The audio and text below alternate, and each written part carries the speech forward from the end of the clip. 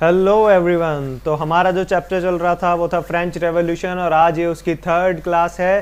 तो last class में जो हमने कवर किया था वो ये कवर किया था कि कैसे फ्रेंच में जो गरीब लोग हैं, जो स्पेशली पीजेंट्स और थर्ड स्टेट के गरीब लोग हैं और वर्कर्स वगैरह हैं, उनको कैसे बहुत ज़्यादा प्रॉब्लम फेस करनी पड़ रही थी। स्ट्रगल बहुत ज़्यादा उनकी लाइफ में हो चुका था बिकॉज ब्रेड वगैरह के प्राइस जिस पे उनकी लाइफ डिपेंड होती थी वो भी बहुत इंक्रीज़ हो गए थे। यानी कि वहाँ पे हमने लास्ट क्लास में देखा था कि सबसिस्टेंस क्राइसिस आ गया था। सबसिस्टेंस क्राइसिस का मतलब है कि जो नॉर्मल हमारी यूजेज की चीज़ें हैं, हमारा जो खाना पीना है वो भी जब हमें नहीं मिल पाता, यानी कि जब हमारी ज़रूरत की चीज़ें भी जब हमें नहीं मिल पाती तो उस टाइम पे जो क्राइसिस आता है उसको सबसिस्टेंस क्राइसिस बोल देते हैं। और उसके साथ ही हमने देखा था फ्रांस में अब एक नई सोसाइटी, नए लोग निकल के आ रहे हैं जिनको बोला गया मिडिल क्लास लोग। ये कौन लोग थे? ये वो लोग थे जो प्रोफेशनल्स थे, यानी कि आप कह सकते हो कि प्रोफेशनल लॉयर्स, या फिर ये कह सकते हो कि जो बिजनेसमैन लोग थे। ये सभी के सभी लोगों ने कैसे खुद को चेंज किया एजुकेशन के बाद। ये सभी एजुकेटेड लोग थे जो थर्ड स्टेट से निकल के आए, जिनको मिडिल क्लास नाम दिया गया। और जैसे ही मिडिल क्लास लोग निकल के आए तो यहाँ से एक नई होप सबके मन में निकल के आई कि अब शायद फ्रेंच का जो सोसाइटी है वो बदल सकती है। जो फर्स्ट स्टेट और सेकंड स्टेट वाले लोगों को जो उनके बर्थ के बेस पे फैसिलिटीज़ मिल रही हैं वो शायद अब बंद हो सकती हैं और समाज में एक इक्वालिटी आ सकती है। वहाँ से सबको ये होप होने लगी थी। तो देखते हैं उसके बाद क्या हुआ, कैसे फ्रांस की क्रांति स्टार्ट हुई, वो हम आज के वीडियो में कवर करेंगे।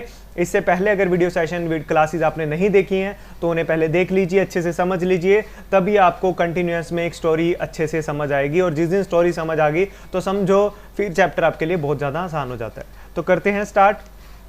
आज हम पढ़ेंगे outbreak of the revolution. Revolution हुआ कैसे, पूरी स्टोरी को जानने की कोशिश करेंगे। अब कब हुआ था वो मैं आपको पहले ही बता चुका हूं। 14 जुलाई 1789 की बात है। 7000 लोग मिले हैं, उन्होंने अटैक शुरू कर दिए हैं गवर्नमेंट बिल्डिंग्स पे। ये हमने स्टार्टिंग में ही समझा था, बट एक्चुअल में क्या हुआ वो सारी स्टोरी हम बैकग्राउंड इंफॉर्मेशन से लेके चलते हैं। अब देखिए अब फ्रांस में हो क्या रहा था, वहां पे मोनार्क था, आपको भी पता है। मोनार्क का मतलब मैं आपको कई बार बता चुका हूं, किंग रूल। अब वहां पे तो किंग रूल है, यानी कि राजा का शासन है। लेकिन जब भी कोई टैक्सीज वगैरह से लेके या लॉज से रिलेटेड, कानून से रिलेटेड कोई भी डिस्कशन हुआ करती थी तो उसके डिसीजन उस टाइम पे राजा अकेला नहीं लिया करता था।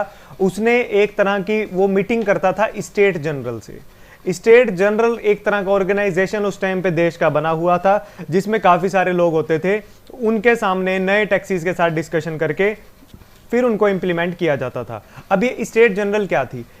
स्टेट जनरल एक पॉलिटिकल बॉडी थी, यानी कि एक राजनीतिक संस्थान आप मान सकते हो उस टाइम का, जिसमें क्या था, सभी स्टेट के रिप्रेजेंटेटिव थे, यानी कि फर्स्ट स्टेट के, सेकंड स्टेट के और थर्ड स्टेट के रिप्रेजेंटेटिव, यानी कि प्रतिनिधि उसमें हुआ करते थे। However, the monarch alone could decide when to call a meeting of this body। लेकिन अब इतनी पावर तो राजा के पास ही थी कि वही डिसाइड करेगा कि कब स्टेट जनरल के साथ मीटिंग करनी है और कब नहीं करनी। तो स्टेट जनरल नाम याद रखना आप यहाँ से। उसके बाद क्या होता है, 5 मई 1789 की बात है। जो राजा हैं लुईस 16, उन्होंने एक असेंबली बुलाई, यानी कि एक स्टेट जनरल के लोगों को बुलाया और उसने नए टैक्सीज के बारे में कि अब नए टैक्सीज कौन से हम लगाएंगे उसकी डिस्कशन, उसके लिए सबके सामने अपने अपने प्रपोजल रख दिए। अब हुआ क्या, कहाँ की बात हो रही है, हॉल इन वर्सेल्स। वर्सेल्स यानी कि जहाँ पे राजा का आलीशान बंगला है, बहुत बेहतरीन महल है, वहाँ पे सभी डेलीगेट्स बोला जाता है ऑफिशियल मेंबर्स, जिन्होंने मीटिंग में पार्टिसिपेट करना है, तो वो सभी ऑफिशियल मेंबर्स वहाँ पे एकत्रित हुए। फर्स्ट एंड सेकंड स्टेट से 300 रिप्रेजेंटेटिव आए, यानी कि फर्स्ट स्टेट जिसमें आपको पता है क्लर्जी होते हैं, यानी कि चर्च से रिलेटेड लोग होते हैं, उन्होंने अपने 300 रिप्रेजेंटेटिव को भेजा। सेकंड स्टेट से भी 300 रिप्रेजेंटेटिव आए, सेकंड में आपको पता है नोबल्स होते हैं। और थर्ड स्टेट से टोटल 600 रिप्रेजेंटेटिव्स आए वहां पे। The third state was represented by its more prosperous and educated members. जो थर्ड स्टेट में लोग आए थे वो ज़्यादातर प्रोफेशनल लोग थे, एजुकेटेड लोग थे। जो किसान थे या नॉर्मल आर्टिस्ट थे या फिर महिलाएं थी, उनको असेंबली हॉल के अंदर एंट्री नहीं मिली। तो यहां से आपने याद रखना है कि यहां से भी क्वेश्चन निकल के आ सकता है कि जो राजा ने स्टेट जनरल के साथ मीटिंग करवाई थी, जिसके बाद ये रेवोल्यूशन स्टार्ट हुआ, उसके कुछ फीचर्स बताइए। तो उसमें आप बताओगे कि भाई स्टेट जनरल से जो मीटिंग थी वो वर्सेल्स के महल में थी, जहां पे 300 रिप्रेजेंटेटिव फर्स्ट स्टेट से आए, 300 ही सेकंड स्टेट से आए और 600 रिप्रेजेंटेटिव थर्ड स्टेट से आए। लेकिन उसमें सिर्फ जो थर्ड स्टेट से आए थे उनमें सिर्फ एजुकेटेड लोग थे, उसमें महिलाएं नहीं थी, उसमें किसान या फिर नॉर्मल वर्कर उसमें नहीं थे। लेकिन सभी के सभी थर्ड स्टेट वालों की जितनी भी परेशानियां थी उनको राजा के सामने पेश किया गया। करीब 40,000 लेटर्स जो थे वो राजा के सामने रखे गए, सरकार के सामने रखे गए उस टाइम पे।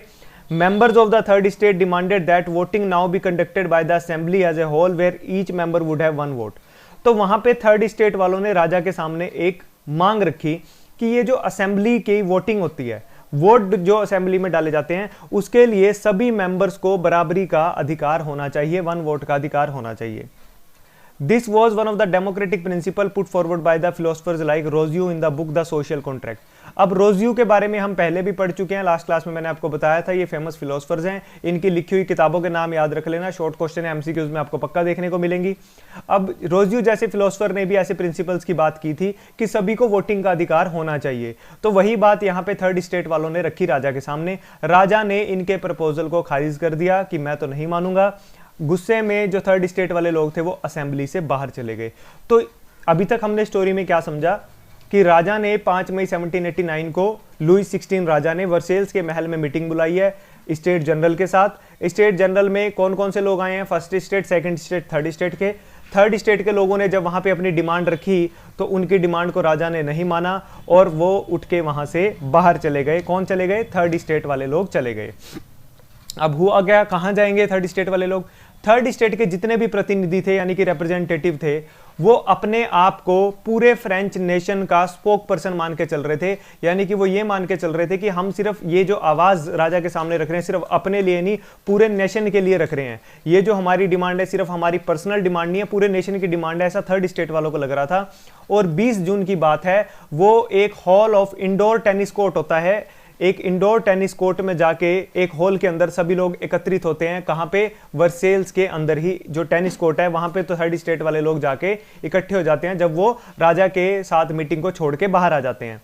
They declared themselves a national assembly and swore not to disperse till they had drafted a constitution for France।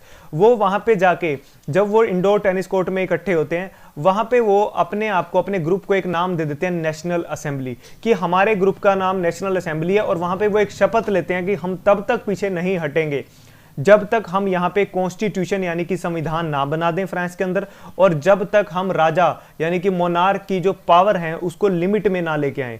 यानी कि जो पावर, अनलिमिटेड पावर्स राजा के पास हैं जिसका वो अपनी मर्जी से कभी भी इस्तेमाल कर सकता है, ऐसा नहीं होना चाहिए, ये सोच थी थर्ड स्टेट वालों की। तो उन्होंने अब क्या बना दिया है? नेशनल असेंबली बना दिया है। और उनको जो लीड कर रहे थे वो दो लोग थे, एक का नाम था मिरेब्यू और दूसरे का नाम था अबेसियस। ये नाम आप अच्छे से याद कर लेना। लेकिन यहां पे एक अमेजिंग चीज हमें क्या देखने को मिल रही है कि जो मिरेब्यू है वो थर्ड स्टेट का है ही नहीं, वो तो बल्कि नोबल फैमिली का है। लेकिन होता है कई फैमिलीज में ऐसा होता है कि कुछ फैसिलिटीज कुछ लोगों को तो पसंद आती हैं, जैसे जन्म के बेस पे नोबल फैमिलीज को जो फैसिलिटीज मिल रही थी सभी को पसंद आ रही थी, लेकिन उन्हीं की फैमिली में एक ऐसा पर्सन भी आता है मिरेब्यू जो कहता है कि नहीं, ऐसा नहीं होना चाहिए, हमें ये जो फ्यूडल प्रिविलेजेस मतलब हमें जो अपनी सोशल रैंक की वजह से सोसाइटी में जो हमारी क्लासेस बनाई हैं सेकंड स्टेट, उसकी वजह से जो फैसिलिटी मिल रही है ये हमें नहीं मिलनी चाहिए। इसके कारण उसने काफ़ी जर्नल्स लिखे, काफ़ी पावरफुल स्पीचेस उसने दी जो वहाँ पे वर्सेल्स के लोगों के सामने उसने दी। किसने दी? मिरेब्यू ने दी। था वो कौन सी फैमिली से? नोबल फैमिली से। इसी तरह अबेसियस भी थर्ड स्टेट का नहीं था, वो एक प्रीस्ट था, यानी कि वो फर्स्ट स्टेट का पर्सन था। उसने एक बड़ा इंफ्लुएंशियल पैम्फलेट निकाला जिसका नाम था what is the third state, जिसमें उसने मेंशन किया कि थर्ड स्टेट एक्चुअल में क्या है। तो while the National Assembly was busy at Versailles drafting a constitution, the rest of the France facing difficulties। अब एक तरफ हमें क्या देखने को मिल रहा है? 20 जून को नेशनल असेंबली यानी कि जो थर्ड स्टेट के लोगों ने अपनी असेंबली बनाई है वो वर्सेल्स के अंदर अपना एक कॉन्स्टिट्यूशन बनाने की कोशिश कर रहे हैं, कॉन्स्टिट्यूशन को ड्राफ्ट करने की कोशिश कर रहे हैं, कि संविधान को बनाने की कोशिश कर रहे हैं। लेकिन उसी तरफ जो बाकी फ्रांस के लोग हैं उनको बहुत डिफिकल्टीज फेस करने को पड़ रही हैं। A severe winter had meant a bad harvest. बहुत ज़्यादा सर्दी की वजह से फ्रांस के अंदर क्या हुआ था? बहुत ही बुरी फसल हुई थी, बहुत ही बैड हार्वेस्ट हुआ था। अब हुआ क्या, जब फसलें अच्छी नहीं हो पाई, जो ब्रेड का प्राइस था वो बहुत ज्यादा बढ़ गया था। Often baker exploited the situation and hoarded supply. तो जब ब्रेड का प्राइस बढ़ गया तो बेकर्स जो थे वो आम लोगों को परेशान करने लगे, गरीब लोगों को परेशान करने लगे और अपने पास उन्होंने ब्रेड की सप्लाई को इकट्ठा करके रखना शुरू कर दिया। अब क्या होता था, अब नेशनल असेंबली में कितने सारे लोग तो यहां बिजी थे।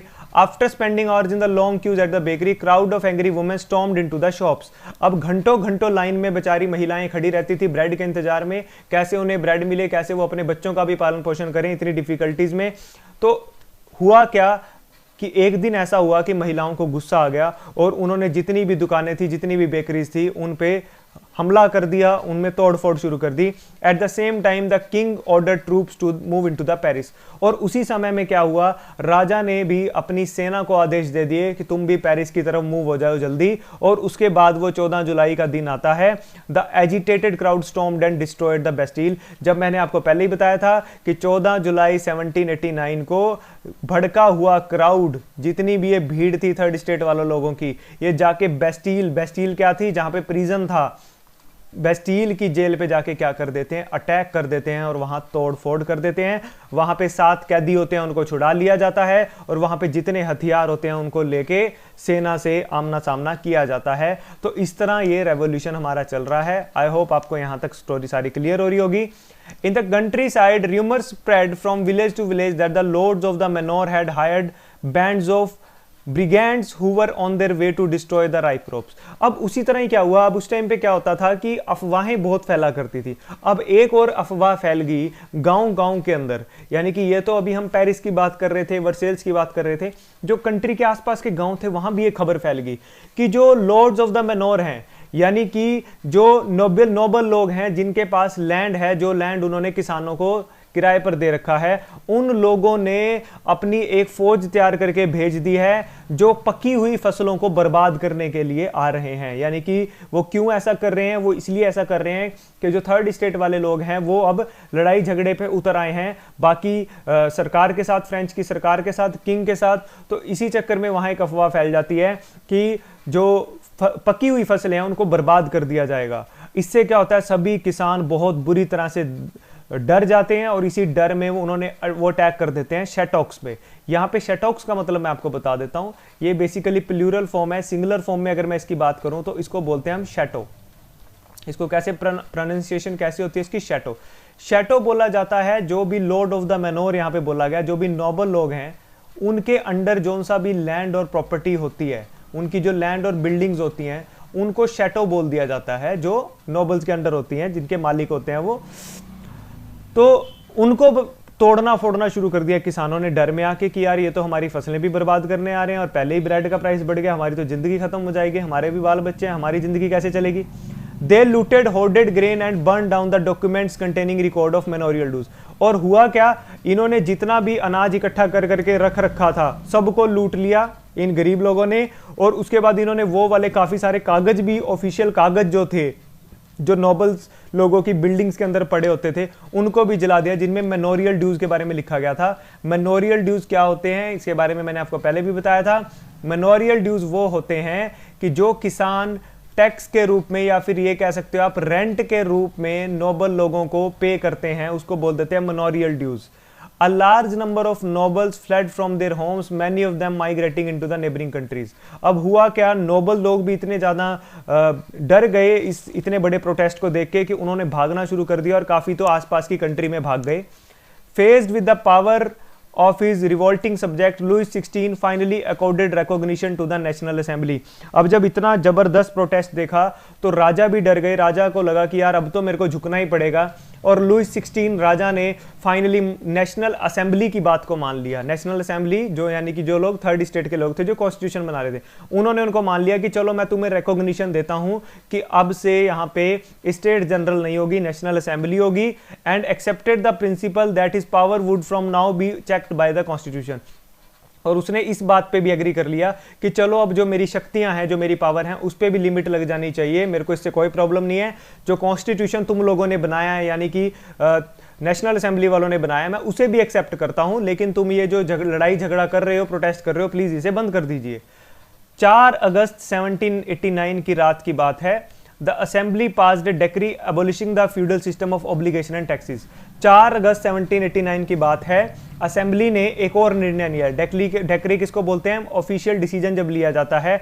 उन्होंने जो भी फ्यूडल सिस्टम था उसको बंद कर दिया। फ्यूडल सिस्टम यानी कि जो फर्स्ट स्टेट सेकंड स्टेट वालों को जो भी फैसिलिटीज मिल रही थी और जो भी वो टैक्सेस लिया करते थे सबको खत्म कर दिया गया।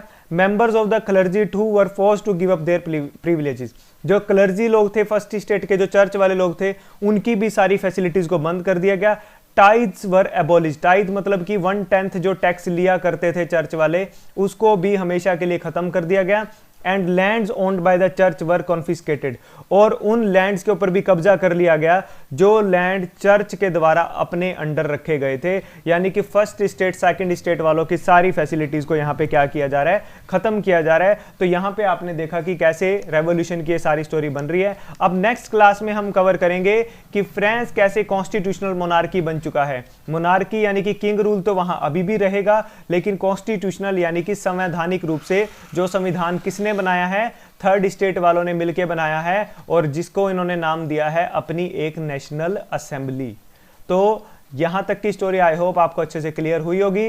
नेक्स्ट हम कवर करेंगे नेक्स्ट क्लास में। इसको अच्छे से रिवाइज कर लेना। Thank you so much for watching.